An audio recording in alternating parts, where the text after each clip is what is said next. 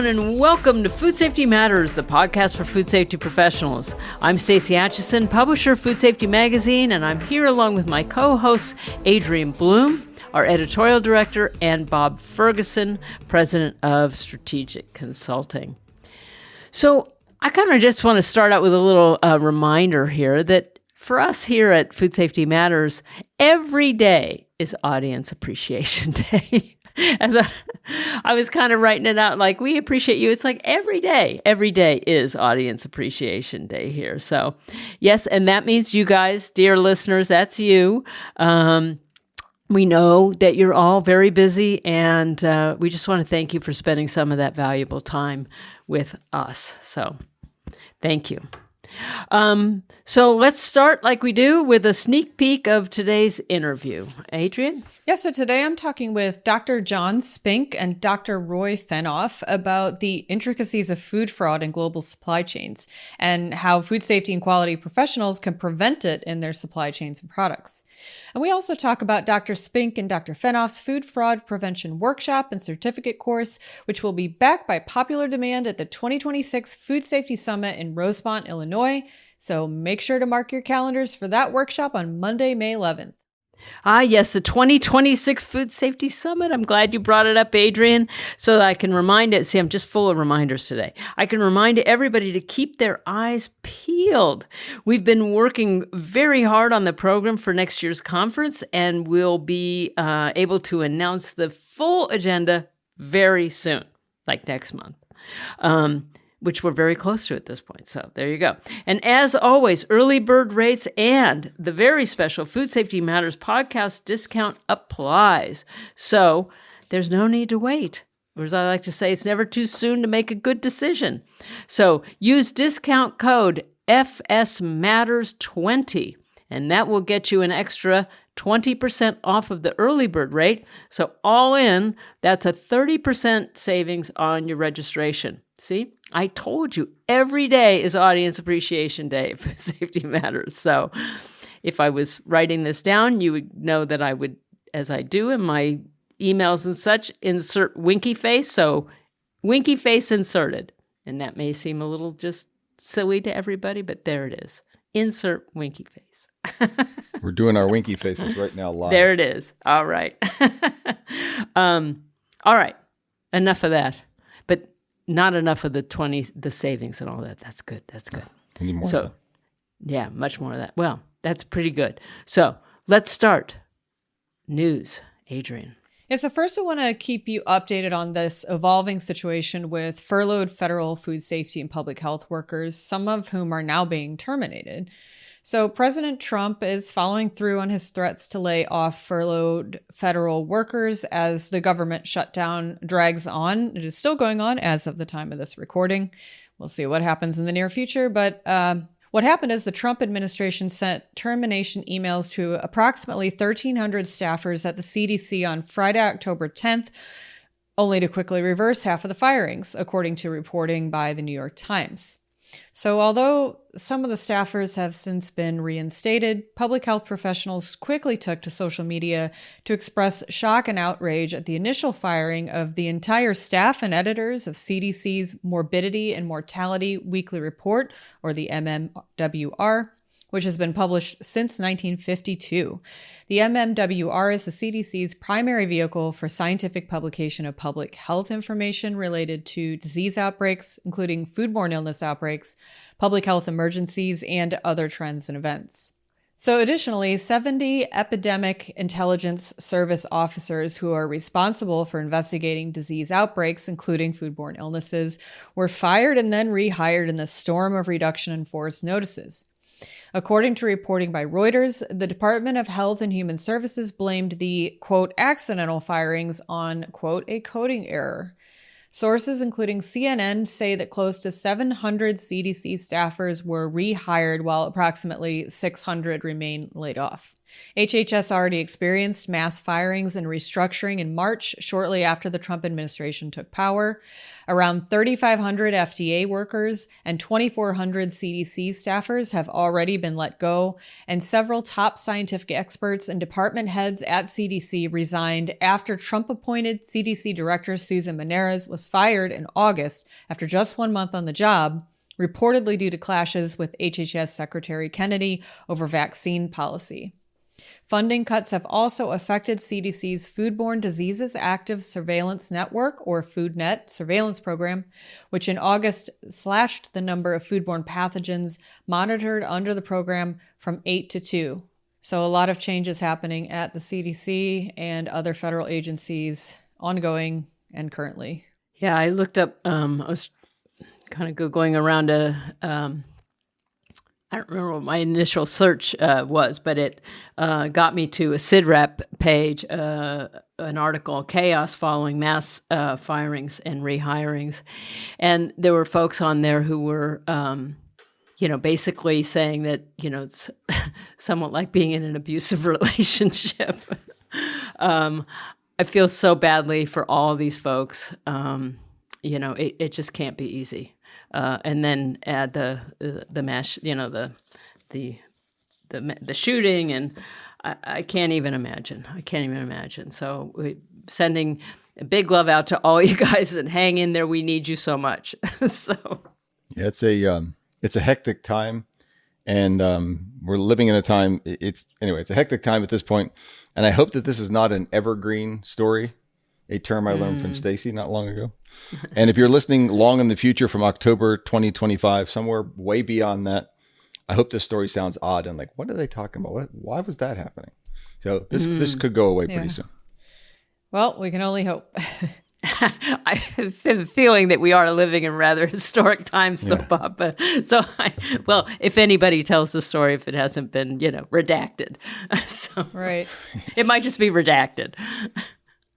So moving to some legislative developments, the International Association of Color Manufacturers, or the IACM, has filed a lawsuit with the U.S. District Court for Southern West Virginia, arguing that the state's new law banning foods containing any one of 7 artificial food colors and 2 additives is unconstitutional.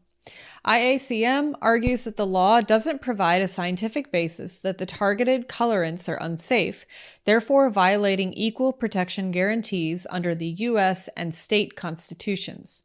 The lawsuit also alleges that the law is so vague and ambiguous that it violates constitutional due process protections, and that it operates as an unconstitutional bill of attainder as it singles out the targeted color additives for prohibition and criminal penalties without providing their manufacturers any opportunity to demonstrate that they're not harmful. IACM says that if the law is allowed to be enforced, its members will suffer, quote, irreparable harm, both economically and through the deprivations of their constitutional protections.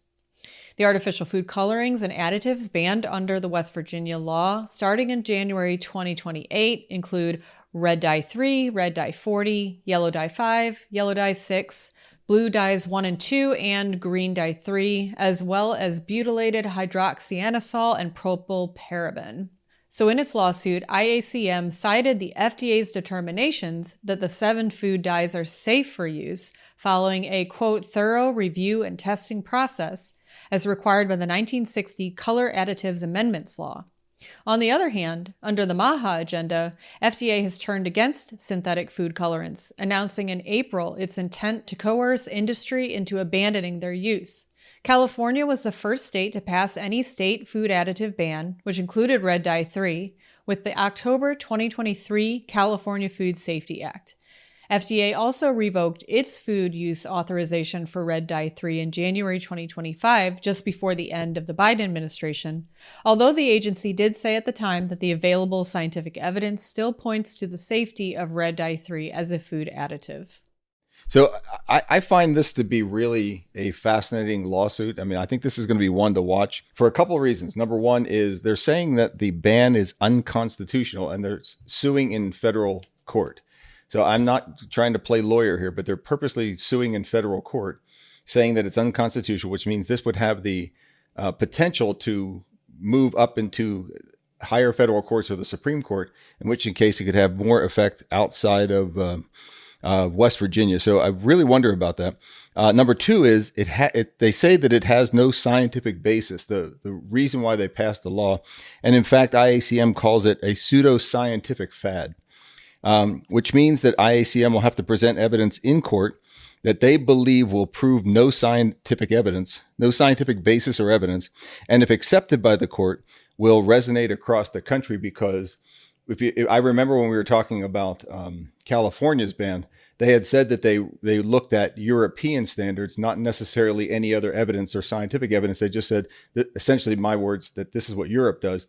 But I don't remember in the legislative notes being any other scientific facts being presented forward. This one's going to pull all those out, and where it winds up, who knows? But it will tend to get all that data in the public again and talked about, and it could affect all these other states. The other thing, and we talked about a little bit before we were recording, is California, New York, Illinois, Utah all have passed similar laws. There's 11 other states that have legislation, but for some reason IACM, I don't claim to understand this, but for some reason IACM decided to pick West Virginia. They're maybe picking that court on purpose. I don't know, but that's what jumps out to me. Well, I think we've got a lot of other stories that are going to kind of point back and forth to some of these same issues. But, you know, some of these quaint concepts, these constitutional due process, you know, things like that. Yeah. So there are according to Lawfare, there are 227 cases that the administration is currently involved in. So we'll just add this to the pile. This goes, you know, federal. It's not against the administration, but you get the idea. There's a lot going on here. You know, I highlighted too, its intent to coerce industry into abandoning. Which, you know, these are tough concepts. I like our lawmaking and science-based. You know, our subject is science-based solutions for food safety, you know, quality professionals worldwide. So science-based and, you know, going through processes and things like that. It's good for industry, certainly. It's good for business. It's good for agencies. We all know that everything was a little slow, which is why California and these other states started all, you know, moving in their own directions. But it did remind me as well that this week in Food Fix, Helena Botmiller-Evich was reporting on a new formation of the Americans for Ingredient Transparency group. And they are, I want to get this right. So it's a 501c3 nonprofit backed by leading trade associations and food companies, including Consumer Brands, American Beverage Association, and so on. And they want to preempt the states and get federal ruling on this across the board, not just on this, but I think on all of it. That's complicated. So, I mean, there's a lot in the air. We could spend all day talking about this. So a lot of moving parts and a lot of tension, even within MAGA and MAHA and all of these things and, you know, strange bedfellows, if you will, and people with a lot of different objectives. Yeah. So a lot's to play out here. It's a lot of balls in the air. It's interesting you said that about a move to get it out of the states, because, of course, the manufacturers, if they go through, want some homogeneity across the states, not some sort of patchwork quilt that they're trying to follow. Uniform national standard. Yeah. Right. But if you do this in the way this lawsuit looks to me, to my uneducated legal mind, but the way it looks to me is that they're trying to do exactly that, get this up to a federal level and settle it there for all the states. Yeah, which is kind of, you know, if we go back to the beginning of, or the end of last year, you know, when FDA had decided, you know, they were going to start moving on these things, right? And do the rulemaking and do the sort of more standard process, right? But that was moved and by the states who were tired of waiting, you know? So there's a lot of reasons for these tensions. So, you know, anyway, watch this space. Yeah, so in speaking of, we mentioned California's moves to clean up its food supply. So the state recently passed Assembly Bill 1264, also known as the Real Food Healthy Kids Act. So this first of its kind U.S. legislation establishes a legal definition for ultra-processed foods, or UPFs, and directs the State Department of Public Health with identifying and phasing out the most harmful UPFs from California schools by 2035. Now, the MAHA Commission has already publicized its intent to construct a standardized definition of UPFs to form a precedent for regulatory action regarding UPFs in the food supply, as outlined in both the MAHA report and the MAHA strategy. And as we've discussed, FDA and USDA have issued a joint request for information in July to define and address the risks of UPFs. But with the passage of the Real Food Healthy Kids Act, California basically went, hold my beer, and established a statutory definition of UPFs way before the federal government or the MAHA Commission got there. So what is that definition? The California Act defines UPFs as those high in saturated fat, sodium, and added sugar or non-sugar sweetener, and containing one or more of certain additives, including artificial dyes, flavors, sweeteners, emulsifiers, and thickening agents. Raw agricultural products, minimally processed foods, and pasteurized milk are exempt from the definition of UPFs. So California state scientists will determine whether a product should be phased out of schools based on certain factors. These factors include whether the product includes additives that are banned, restricted, or subject to warnings in other jurisdictions, whether the product or its ingredients are linked to cancer, cardiovascular disease, metabolic disease, developmental harms, reproductive harms, obesity, type 2 diabetes, or other health problems, whether the product or ingredients in the product contribute to food addiction, whether the food meets the FDA's definition for healthy, and whether the food is a UPF due to a common natural additive.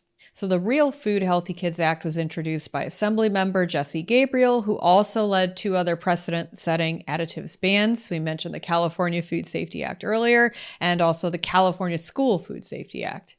So since the passage of the California Food Safety Act in 2023, a wave of state-level food additives regulations have been introduced or passed, and the MAHA movement has definitely piggybacked on this momentum. Well, that's going to be a lot of different definitions because the FDA is going to go forward. California has theirs. WHO and FAO and other international organizations have theirs. It's going to be hard to sort them out.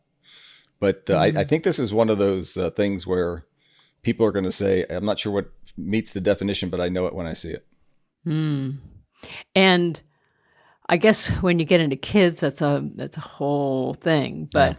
I mean, there's also like, don't we get to decide what we eat? Yeah. So there's still a lot of tension there, right? I think we used kind of the smoking analogy in a recent episode, right? But I don't think, if we've identified something as harmful, that we would start kids out, we don't hand them a pack of Marlboro when they get to to school. So I don't know. These are tough questions, and I think it's going to go on and on. What's the old definition about cigarettes that came out of some of those lawsuits? Harmful when used as intended. That's what they called it in some of the court things. But I would, and I'm kind of talking off the cuff here, but I would say that one of the things about something that's definitely harmful when used as intended is a pretty easy one. The rest of these strikes me as the kind of thing that's going to happen where once you put the definition together and you start filtering all the different foods through it, we're going to find some that aren't caught that probably everybody agrees should have been caught. And you're going to find a few that got caught. You're going to go, wait a second. We need to change this a little bit because we're going to find things that maybe meet these definitions, but probably aren't that bad. Well, and I always tie it back to socioeconomic factors as well. These foods, better foods tend to cost more, right? And take more time to prepare and so on and so forth. And, it's not always easy. And then that food and leads to food addiction. That one also caught my attention too. It's like, well, yeah, it's kind of when you're used to being sated in certain ways, that then all of a sudden, try and get back to that, on carrots, you're not gonna. That's a tough one. And I'll also foreshadow a little bit. We're going to talk about a One Health initiative in a minute. Adrian's going to talk in the news. But the other thing about this is looking at it holistically. You could say that, let's say white sugar is something that'll meet this definition and should be taken out. Okay. What if you're having a teaspoon a day versus 5 cups a day? Teaspoon a day is probably not going to hurt anything. It's not going to be harmful. If it's the main part of your diet, that probably needs to change. So I think it has to go in terms of the entire diet as well. Yeah.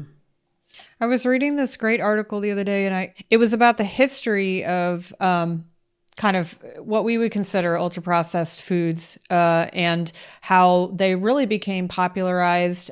Food companies started manufacturing them kind of after World War II when, because there was a lot of food innovations that were made for the military, and you know, things like chocolate bars that didn't melt, or foods that wouldn't spoil, that could be, in solid packaging and things like this. And that could be at, the bottom of a rucksack and not get, smushed or squeezed or leak or anything like that. Anyway, some of these food innovations to keep the shelf life of foods really extended and to make them easily packaged and convenient and easy to eat got translated into, hey, these are great.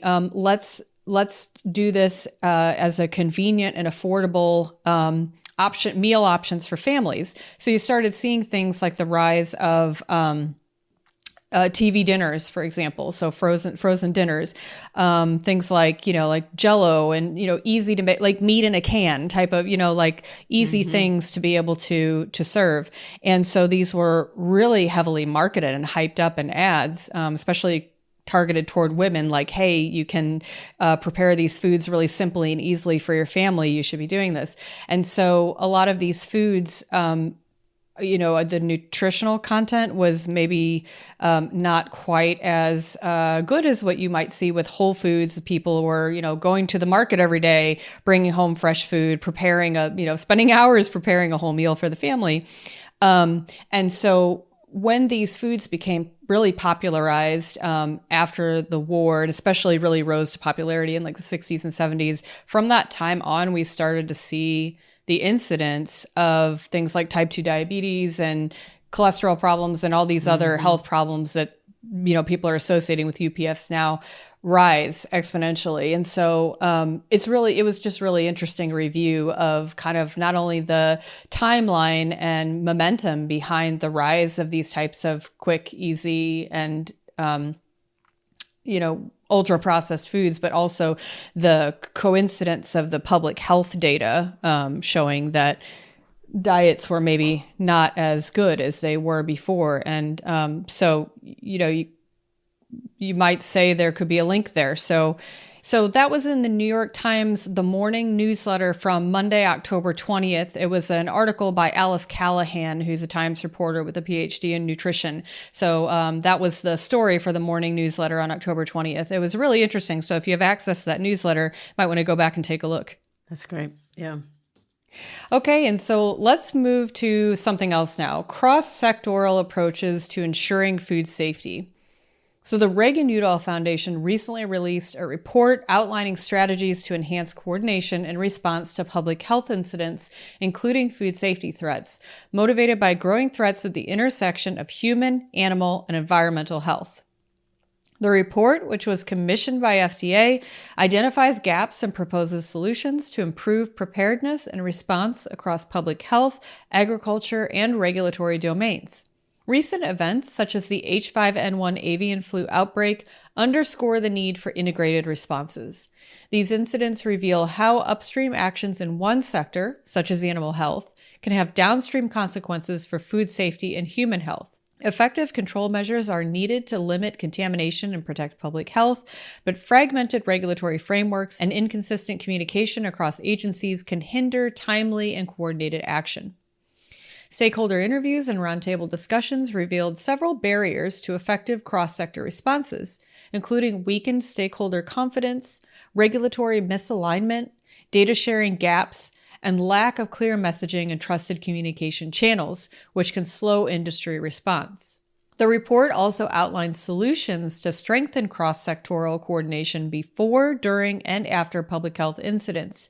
The strategies include clarifying regulatory authorities and coordination protocols for testing, quarantine, and communication, engaging sector-specific stakeholders to inform response strategies and real-time information sharing, optimizing resources and preparedness through funding, MOUs, and holding joint exercises and simulations, strengthening communication frameworks for cross-agency messaging and public messaging, improving surveillance and data systems to prioritize security and transparency and to align surveillance goals with industry partners and frontline workers, and building adaptive response structures, including the implementation of a unified incident command system with clear leadership roles and establishing flexible frameworks that integrate new stakeholders and regions. So by institutionalizing these strategies, FDA and its partners may be better prepared to protect the food supply and public and animal health. When I first read this, and if you listen to the way that Adrian just listed off those goals, I found it hard to put my finger on exactly what they were talking about. But as I read through the paper a little bit more, one of the things that they did was put together stakeholders of people that would know. And one of the people that was one of the stakeholders was Robert Califf from the FDA, formerly FDA administrator, who we know. And there was a number of other people, including a professor from Cornell, a number of ex-FIS and FDA CIFSAN people. So it was the right kind of group to get together. And what they were looking at was, how do we become more flexible in our responses? And how do we look at everything from a food safety, human health, animal health, and environmental health and safety? One of the things that they said that really jumped out to me a little bit was, in an outbreak investigation, you may someone needs to take the lead. So they say, we're gonna game this out as we go around the tables with the people involved, and who should take the lead on this one, because what's the key issue? And then they also said, but the key issue may change. So let's say that's an outbreak and someone from FDA or CDC or USDA are looking at it because it's mainly resulting in food or resulting from food. And it turns out that it's really an animal health issue that's working its way down. Okay, someone from the animal side would then take over and lead that investigation because they're going to be more experts. It may be an environmental thing, like what we've seen with irrigation water and leafy greens or something like that, in which case maybe somebody from the EPA who knows more about water issues would take the lead. And they talk about it being more flexible as opposed to saying, this is a such and such issue because of the way the regulations work, so we're on this and everybody else stay away. I don't think that happens, but that's kind of what they were saying is the organization needs to be more flexible. And then they went with people on these roundtables that have been involved with this and knew this. And so it looked like they had the right people. When you read at them with that background and you go through the goals, it's a little easier to diagnose. That's, from my view. Well, I'm glad you found. I was looking, before we got on and trying to find who the stakeholder group were. So I'm glad that you found that in there. That makes me feel a bit better. I hope, first of all, that if they do institutionalize these things, I think that given the background that we've all just been discussing about things that are going on and the mass firings in so many agencies, you just get the feeling that we only see what we see. We don't, which isn't a lot. I think that there's a lot that's just opaque to us people who are not inside these rooms in these departments as far as where the gaps are and what gaps have been created. And we've seen over and over again that gaps, dangerous gaps, have been created in some departments that, maybe we still haven't identified. So I hope that they do test, because our responses to outbreaks and run through some and identify potential gaps, and that we don't have to learn this in real time, that there are serious gaps that will prevent us from protecting public health in a timely fashion. So that's all I have. Okay, and so before we go today, we want to tell you about the successful phase 1 clinical trials of a new vaccine targeting both non-typhoidal salmonella infections and typhoid fever caused by Salmonella typhi. The trivalent salmonella conjugate vaccine, or the TSCV, is designed using sugar molecules taken from Salmonella typhi bacteria and from 2 common serotypes of non-typhoidal Salmonella enterica, which are among the leading causes of foodborne illness outbreaks linked to contaminated poultry, eggs, and produce. The sugar molecules are then linked to proteins that enhance the body's immune recognition. So in the randomized placebo-controlled trial, led by researchers at the University of Maryland School of Medicine, 22 healthy adults received either a low or high dose of the TSCV or a placebo. The vaccine was well tolerated, and all vaccinated participants developed strong immune responses to the 3 targeted Salmonella strains, while placebo recipients did not. Some trial participants showed pre-existing Salmonella antibodies, suggesting prior exposure through foodborne sources, which may enhance vaccine-induced immunity. Researchers plan to advance to further trials, including studies in young children, which is the population most vulnerable to typhoid and non-typhoidal Salmonella enterica infections. When I was reading this through, I was like, sugar gets a reprieve. I know it's not the same thing. I get to geek out a little bit here. I found this one fascinating because originally the research was designed to develop a vaccine for sub-Saharan Africa, where typhus and those kind of infections are a major cause of death, mainly because of HIV, malnutrition, lack of sanitation, lack of clean water. So it's really an issue where it's one of the leading causes of death. So that their first thought is to apply it to sub-Saharan Africa, which is probably where it'll go first. It's unlikely to become something that is a universal, widespread immunization. But what they did find is for rapid response in outbreaks, particularly if you had a drug-resistant Salmonella, you can get the vaccine. It'll have an effect, and you may be able to recover from a drug-resistant Salmonella faster than you would without being able to have antibiotics available. So this could quell an outbreak from a medical standpoint pretty quickly. It won't be something that we go to the drugstore and get a vaccine, but it will be something in a major outbreak could be used quickly as a place to stop the disease in people. Interesting. Okay, well, thank you both so much for all the great comments and stories that we've curated here. And as always, there are links to all of the articles that we've referenced in our show notes. And if you don't already, we invite you to follow us on our social channels: LinkedIn, X, Facebook, and Instagram. Just search for Food Safety Magazine. And then, of course, to take a deep dive into all the great content that we offer, visit our website, food-safety.com. And now it's time for Adrian's interview with doctors John Spink and Roy Fenoff. Dr. John Spink is the director and lead instructor for the Food Fraud Prevention Academy, as well as an assistant professor in the Department of Supply Chain Management in the College of Business at Michigan State University. His food fraud prevention research focuses on policy and strategy to understand and prevent supply chain disruptions and to implement procurement best practices. He's widely published in leading academic journals and Food Safety Magazine, and has helped lead national and global regulatory standards activity. More recently, his teaching and research have expanded to supply chain disruption management and procurement best practices. Dr. Roy Fenoff is an associate professor in the Department of Criminal Justice at the Military College of South Carolina, the Citadel. He's also a forensic handwriting and document examiner and an expert in forgery detection. Dr. Fenoff specializes in forgery and document fraud, food fraud and protection, and transnational crime. And now, with no ado, we will get right to their discussion. So today's topic is a sometimes overlooked but incredibly important one: food fraud, and why and how to prevent it in your supply chain and your products. And I want to welcome to the podcast, Roy. You haven't been here before. Thank you so much for joining. And also welcome back to the podcast, John. I know you've been one of our star guests over the years, so it's great to have you both with me today. Thank you. Yeah, it's always great to get back. And we always learn something new. Everything that we've done, every single activity and report that we've done has come from someone asking a question. Sometimes it's just in passing, like, oh, I wonder about this.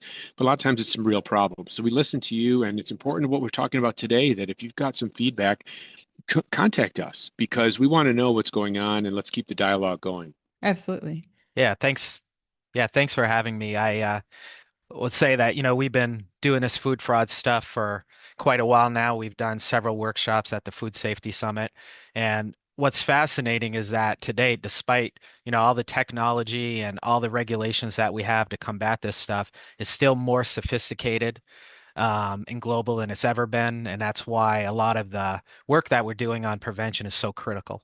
Absolutely. And I guess that leads perfectly into my first question for you two. So, you two co lead a recurring workshop and a certificate course for our annual Food Safety Summit on food fraud prevention.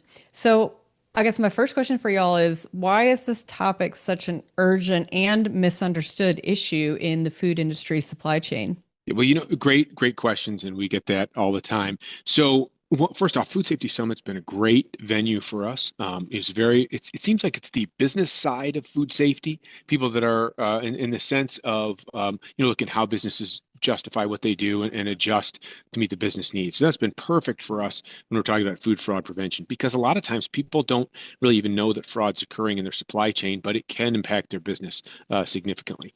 And very early on, places like this, we were talking about it in presentations. Some of my very first presentations were back, I don't know, even the year then. But to start to look at it, and the key is that it's not it's not a traditional food safety issue because you think about microbes, and this is something that comes in more from outside. So there's a lot of things that do constantly change. And so, where would you say that food fraud intersects with food safety then? Well, again, a great question as well. Early on for me, well, Roy and I were first met in the School of Criminal Justice at Michigan State, working together more on document fraud, and we started talking a lot about food and food issues. And along the way, from working in counterfeiting, is really getting involved with the food industry. And it was around the time of melamine and then horse meat. And the key there was it was the board of the Global Food Safety Initiative, and they were people that were worried about this for their company, and then they're also leading GFSI. And at that point, they were thinking about food fraud, seeing these major problems. And the key is that food fraud is a potential source, a root cause of a food safety incident. And GFSI and HACCP are quality management systems to look for not just the top 10, but any root causes. So food fraud was then included in the food safety certifications requirements because it is a root cause. And that's why it's a real great fit here at the Food Safety Summit.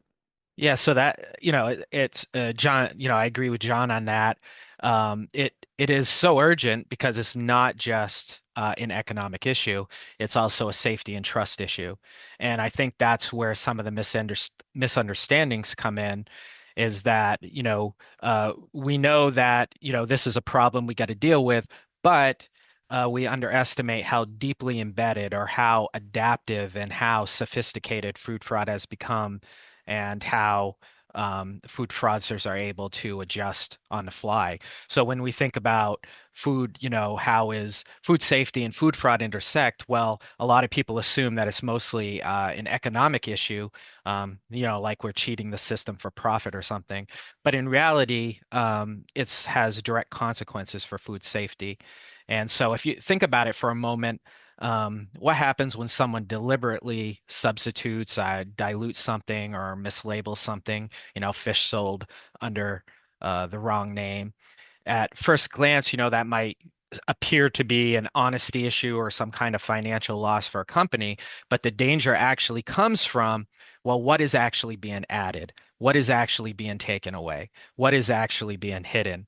And that it's when those substitutions or dilutions take place that, toxins or chemicals or other things can be added to the product that consumers don't expect to be there and don't know how to avoid it.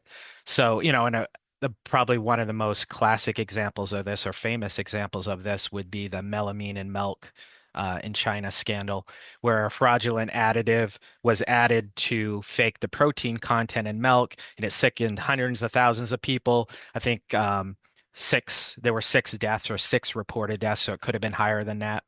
But so the interaction between food fraud and food safety is you can think of it this way. Whenever the integrity of the food is compromised, you create an uncertainty about what's really in it.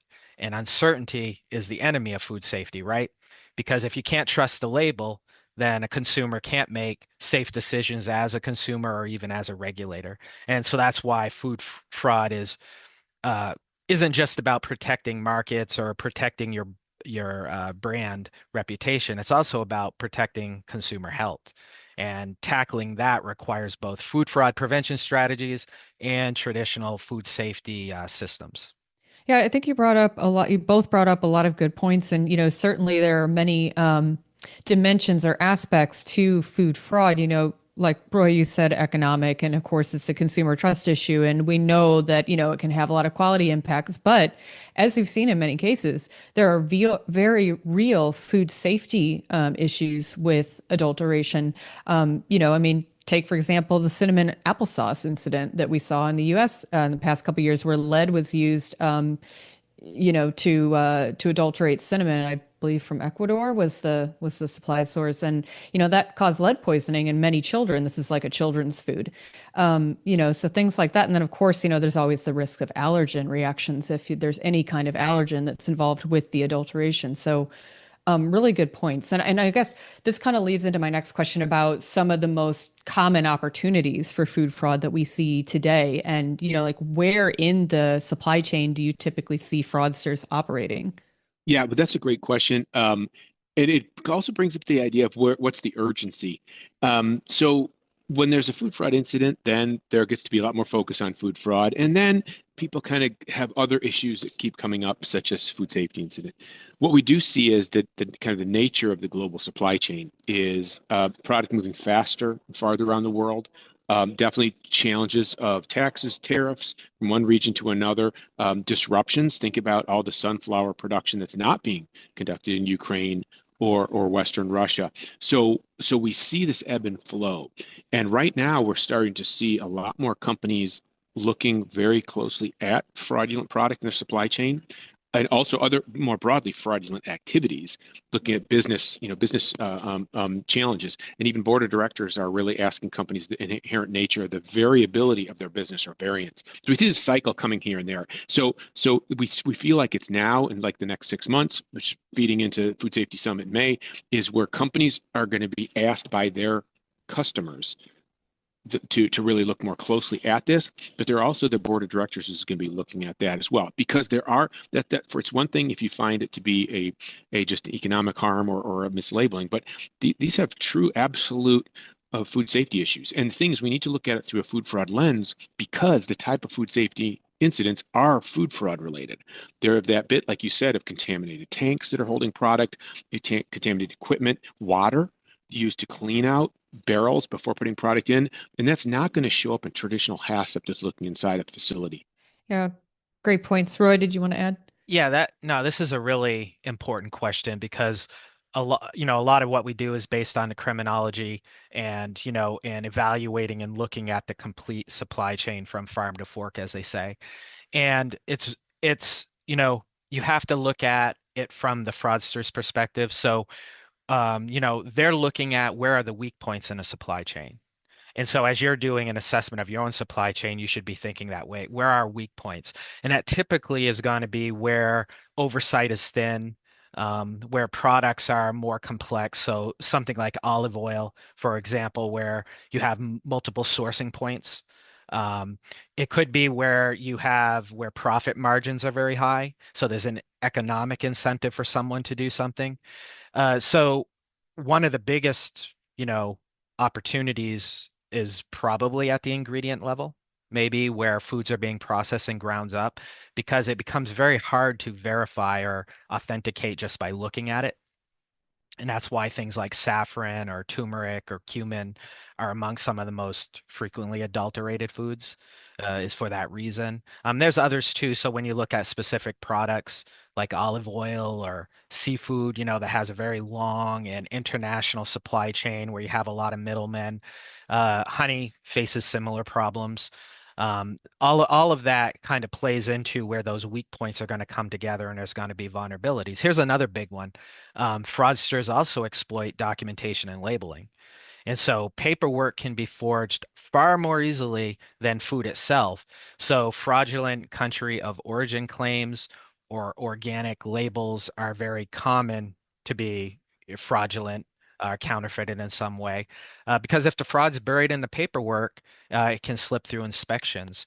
So, you know, where in the supply chain, well, you want to look at where there's high value, hard to authenticate, and globally traded products. That typically is where the opportunities are going to be. And usually that's going to be upstream in the supply chain. This kind of leads me to another question. We're talking about the global nature of the supply chain and, how we want to get things around the world faster. Is another opportunity for food fraud? Could food fraud arise more easily when there are supply chain disruptions, such as something major we saw with the COVID pandemic, or even smaller disruptions that are tied to specific events? Is there a correlation there? Absolutely. And actually, it's about in another week or two, I cover supply chain disruptions in my introduction to supply chain class. One thing we look at is there's an uncertainty, there's an urgency, and there's emergency responses, and that's where the fraudsters lay in wait and then exploit those. So let's say a company is frequently we'll do a vulnerability assessment, food fraud vulnerability assessment for a company, and we'll cover different areas, and we'll say, well, what about spot purchases or emergency? And they say, oh no, we don't do spot purchases. And I said, you've never ever run out of product and need to go. I said, oh well, we barely do that, and they think, oh yeah, you're right. And so that's in those emergencies, people are taking extra steps to be great at helping the supply chains to stay operating. But at that point, then you do things that are outside the norm, and that gets back to food safety and HACCP. Having standard operating procedure, follow it, and confirm you followed it. And to be aware of when you do deviate, and that's it's probably some super high percentage of food safety incidents occur when something does just go out of the normal standard operating procedures. Okay, interesting. And so in your course, you teach attendees at the summit about different ways to check for, catch, and trace food fraud.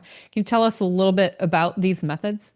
Yeah. So one thing that was really tough with food fraud is at the beginning to do the assessments is that there was really hardly any information. And it's very different when you have a very, relative to food safety incidents or regular quality incidents, we have exponentially fewer incidents. So it's harder to study. And they're also a human adversary.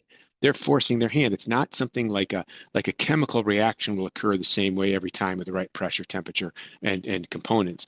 And so the fraudsters act differently. So we had to shift from risk, assessing that risk and look at the probability to vulnerabilities. And that sounded like it was almost witchcraft or we just made it up, but that's actually really prevalent in more general business risks and enterprise risk management. The way that companies at the board level are operating, there's such big risks because they're really vulnerabilities. So we shifted to the vulnerabilities, and then we took those into courses, and then now do that, throughout things like the workshop to help people through it. The biggest thing that we do is help people feel like they're doing less, because the very first time it's like going to your primary care doctor and they just do a once over on you. They're not checking out what type of cancer you have or if you have cancer. They're looking for those moles or something that's odd to send you to a specialist. And these first initial screenings are just that, to look at where there might be a need to go deeper. And then when you do find something deeper, you put sometimes extremely robust, extremely scientific programs in place to detect and deter. And so, in line with this, food fraud vulnerability assessments are a requirement for many food safety certifications, but they're also, just part of doing good business and ensuring food safety. So, and you alluded to this before, but what are some of the elements of a comprehensive food fraud vulnerability assessment? Yeah, well, and a key is that for GFSI compliance, doing a food fraud vulnerability assessment on the entire product line is a requirement. So that's clear in GFSI and the GFSI is adopted through things like FSSC 22000, IFS, SQF, BRCGS, and others. But then you're right, for a business, it's just managing these inherent risks. And if it's a public company in the US, that would fall under Sarbanes-Oxley, whether people realize it or not.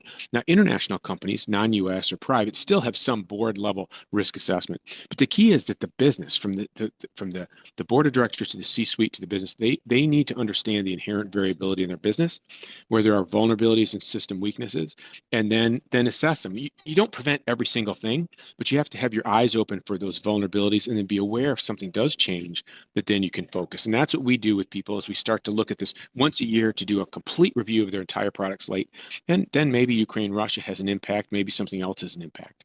And I guess a question, for you, Roy, would be like, where do you see documentation fitting into the vulnerability assessment? Well, I see it as something that needs to be done because it's a facilitator. So, you know, computers are crime facilitators. So documents are one form of crime facilitator. Corruption would be a crime facilitator.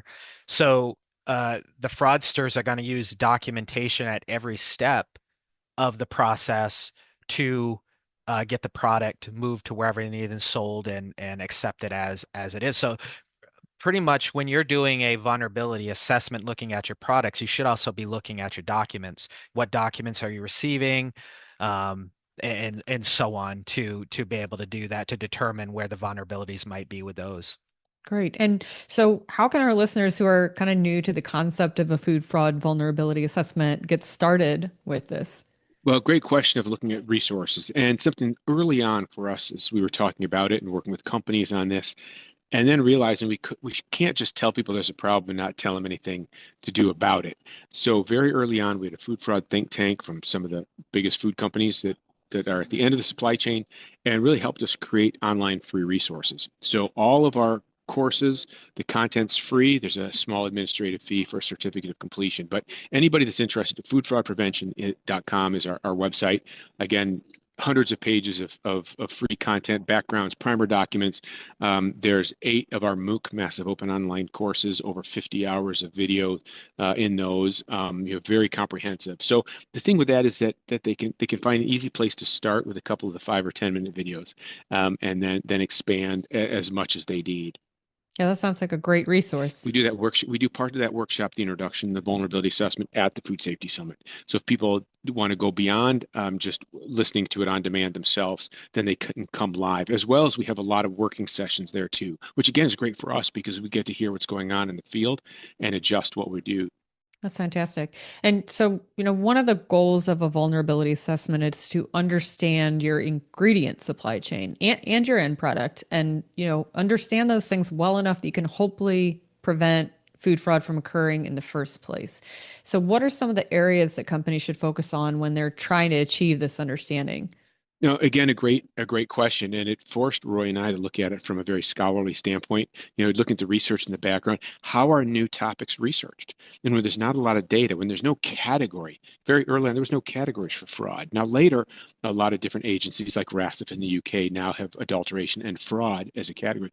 We didn't have any data, so we had to start with what Roy has talked about from the crime side, is looking at just where those vulnerabilities are, or crime opportunity, more like the chemistry of the crime, and then figure out why that occurs. We cannot look at it from the macro high level standpoint. We have to start very low at specific incidents, and then we can combine them together to look at something that might be more document or more supply chain mapping and building up.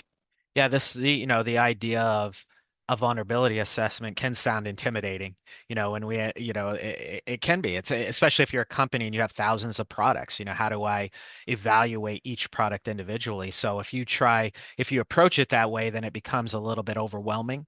So really the first step, and John, just mentioned this, is that awareness, really understanding what food fraud is, and that it's not only an economic problem, but it's also a food safety and a brand protection issue as well. And then from there, you start taking that structured look at your products, but don't overthink it.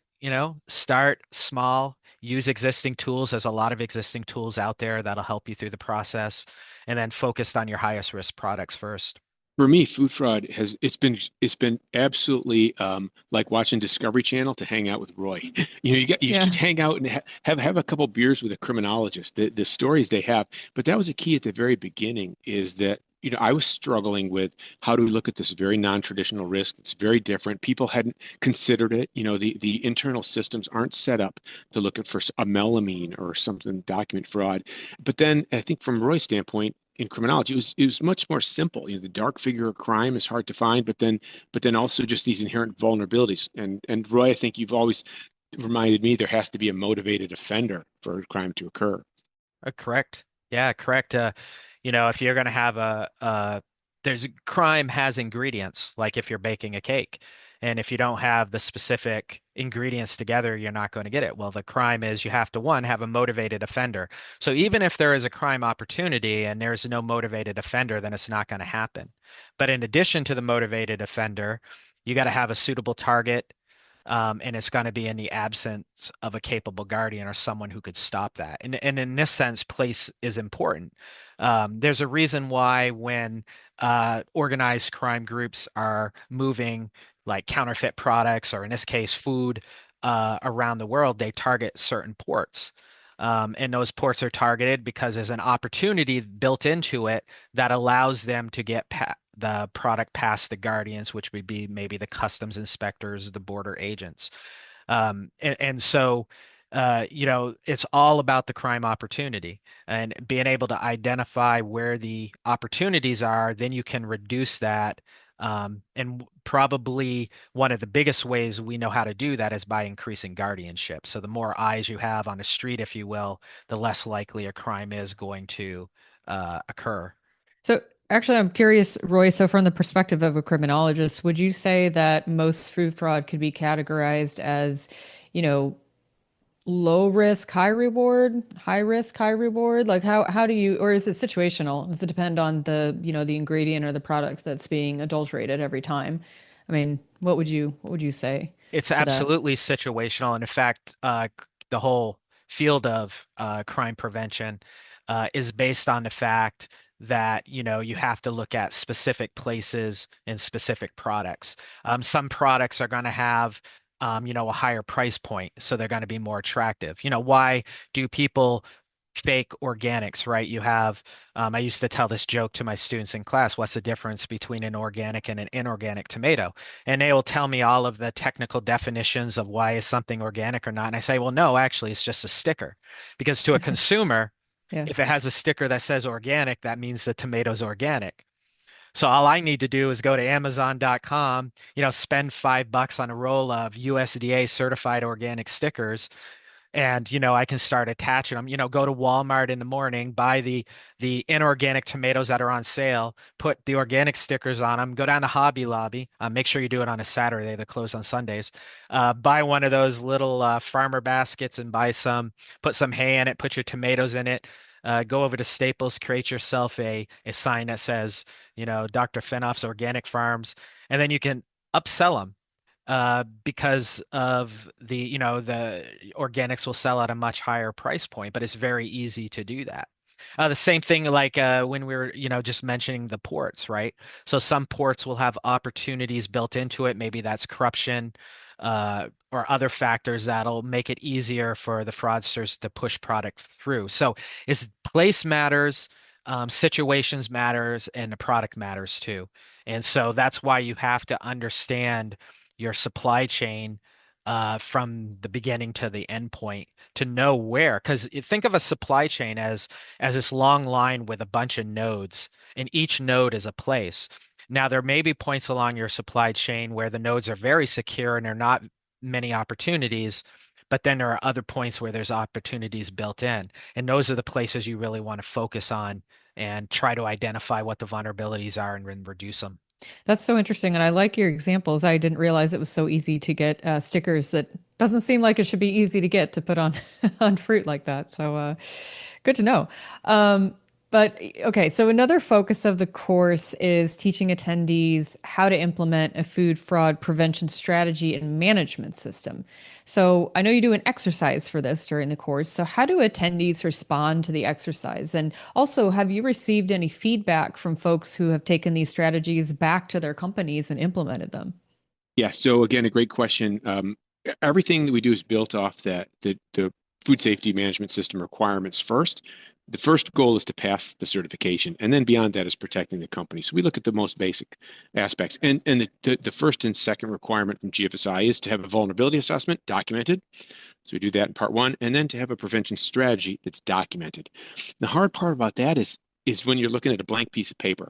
Nothing is harder than starting there. So we start with, what are the very core requirements? And there's really at the very basic level, they're simple. And so we start with that as an outline. We help them fill that in. And then when you look at it from the top down, it starts to get as detailed as they need to be.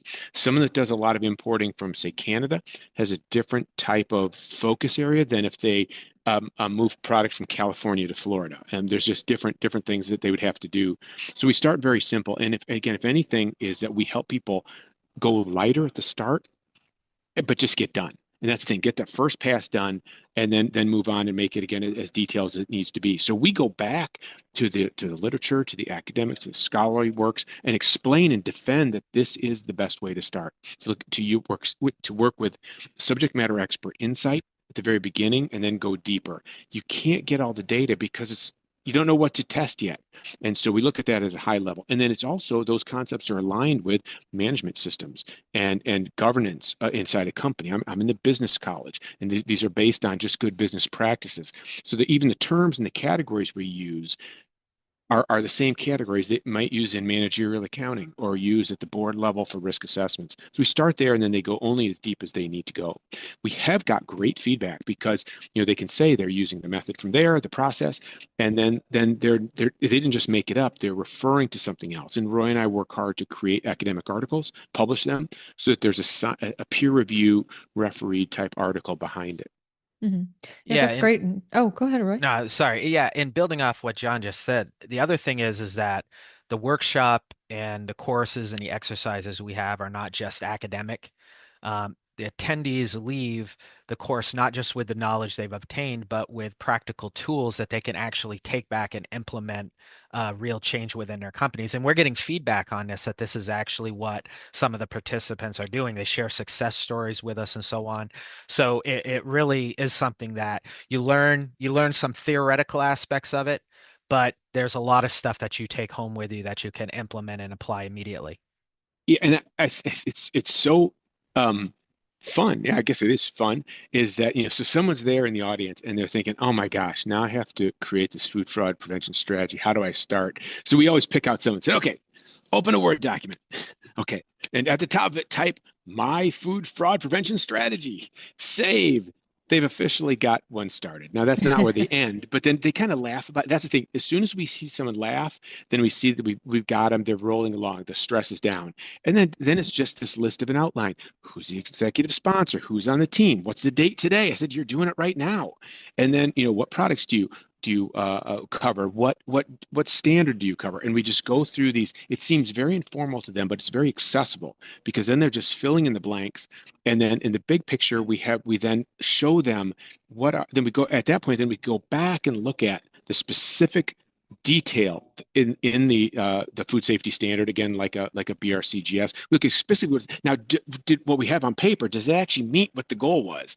And now they go deeper and deeper. So again, the big thing is we just get them started, and then we make it light. They laugh about it, but then the stress is down, and then they do see how it does actually fit. And the folks who are, kind of responsible for making these documents, would you say those are folks that are primarily working on quality and safety teams at various size companies? Yeah, it really this builds out. That's one of the problems, or one of the biggest challenges, is because if you look at inside a company at the food safety management systems, once they're implemented, they're very, very scientific and they're very operational, being on the manufacturing floor. It's taking samples, it's doing tests, it's cleaning the right way, things like that. It's very, very, again, scientific and operational. A lot of the food fraud prevention is much more theoretical. It's a global supply chain procurement. It's criminology. That's foreign to people. So at the start, they feel like, I can't do this because I have no idea about this field. But they don't have to. We're the ones. That's why Roy's a criminologist at the Citadel. I'm a supply chain management professor at Michigan State. We go do that research and put it together to then convert it into steps that are really easy for them at the start. And again, they get started. And then once they identify additional vulnerabilities or additional complexities, then they know the question. They know how to go deeper in that one area. And again, two companies could look exactly alike, but just a few little details of their supply chain could lead it to be absolutely fundamentally different in their vulnerabilities. Yeah, well, certainly the two of you bring two, different and I think, really great perspectives to this course and, round it out really well. And I think, what you're talking about, helping people get started with these assessments and management systems and things like that. I mean, you're essentially getting them to do their own analysis. And, like you said, they're able to get deeper as they go further, even if it feels really basic from the outset. So that's a great exercise and way to help people get started. So, as we've discussed on this talk today, food fraud is a dynamic and constantly evolving area of criminal opportunity. So I guess my last question for you both is, what makes this work meaningful for you? And also what makes it challenging? Yeah, so food fraud isn't just a theoretical problem. Although criminology, supply chain, we look at the theoretical aspects, we publish journal articles, we read a lot of this stuff, but it's not just a theoretical problem, right? As discussed, it puts consumers at risk. It can undermine confidence in the food system. So being able to help companies understand and prevent food fraud means that we're protecting both not only the general public and the consumers, but also the integrity of the supply chain. And that, at least for me, is incredibly rewarding. At the same time, however, it's challenging because, as you just pointed out, food fraud is constantly evolving. Fraudsters are creative. They adapt to new regulations, they'll adapt to new testing methods, traceability systems, and as a result, especially with the global supply chains, it's just very complicated. So the challenge is staying one step ahead, always trying to figure out, what the next move is going to be. And, when we close one loophole, it seems like another one opens up. But that's what keeps the work exciting too. So it's not only very meaningful, but it's very exciting because there's always a new puzzle to solve. Right. And if that doesn't get you excited and up in the morning, then I don't know what will. Yeah. And John, what about you? Yeah, no, I agree. I think that it's very unique for academics to be both on the extremely theoretical, cutting edge, new knowledge side end of things. So again, food fraud, the work we're doing on document fraud, we haven't found anybody that's working in that space. That's absolutely kind of unimaginable for a lot of academics. So we've got this new space, but at the same time, it's a challenge because we're trying to figure it out. We're trying to get it published and things like that, of getting the knowledge out there. But then we're working at the other end, which is the practitioners. And so that, again, that's very unique for academia to be both at the very end of research, but not only that, but the new knowledge research, but also very, very embedded with the companies. So when we start to have some of these questions, or maybe we get a challenge about some of that work, we can go right to someone in the front line and say, hey, do you really see this problem with this or that? And then we know absolutely without question that this is actual. We know the exact details of the problem, and we can go back and forth. And that's the part that's really it's very unique for us. And I think that it takes a unique team. I broke Roy a while ago, getting him to apply some criminology in different ways, but he's also had me more structured as well. Well, that's fantastic. I really appreciate being able to talk with you both about this really important topic. And certainly we look forward to the next iteration of the course at the Food Safety Summit in Rosemont next year, May 11th through the 14th, I think it is. Possibly. I'll double check on those dates. But yeah, so we look forward to having you back. And of course, it's always really great to talk food fraud with you both. Again, it's sometimes overlooked or maybe not thought of as often as like the contamination control, but has very real world implications for food safety and quality. So we appreciate you guys sitting down to have this discussion with us. Yeah, thanks for having me. I really enjoyed the conversation. Yeah, have a great day. Thank you. Thanks again to Dr. John Spink and Dr. Roy Fenoff for joining us on the podcast today. And of course, thanks to all of you for listening. And we love hearing from you, so please don't hesitate to send us questions or suggestions to podcast@food-safety.com, or you can always post us a note on LinkedIn, X, Facebook, or Instagram. We're always happy to get your feedback. And to make sure that new and bonus episodes magically appear in your podcast player, I always have to get that right for you, Bob. I got to get my tone just right. It magically has to be magical. I got to work on my magic every episode. All right. So how are you applying that magic? To just click on that follow or subscribe button in the player of your choice, and presto bingo, all the episodes appear. And while you're there, throw some stars our way by rating the podcast, especially if you liked it. It only takes a moment, and it's good for everyone. And that's it for us today. Our next regular episode will post on November 11th. In the meantime, take good care of yourselves and those around you, and we'll talk to you then.